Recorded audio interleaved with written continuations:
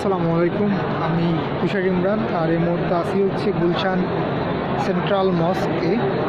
আর এটাকে আজাদ মসজিদও বলা হয়। তো আজকে এখানে ইফতার করব। এখানে ইফতারিতে দেওয়া হয়েছে মূলত বিরিয়ানি, আর আমি শরবত নিলাম খাওয়ার জন্য, সাদা এক বোতল পানি। তো এটাই হচ্ছে আমাদের ইসলাম ধর্মের একটা সৌন্দর্য, যে সবাই মিলে বসে একসাথে ইফতার করা মসজিদে। আর এটা অনেক বড় একটা মসজিদ এবং প্রচুর মানুষ। আমরা হচ্ছে গিয়ে মাঠের ঠিক মাঝখানে। আর এরকম পুরো মসজিদ জুড়েই কিন্তু অনেক মানুষ একসাথে বসে এখানে ইফতার করছে এই মুহূর্তে।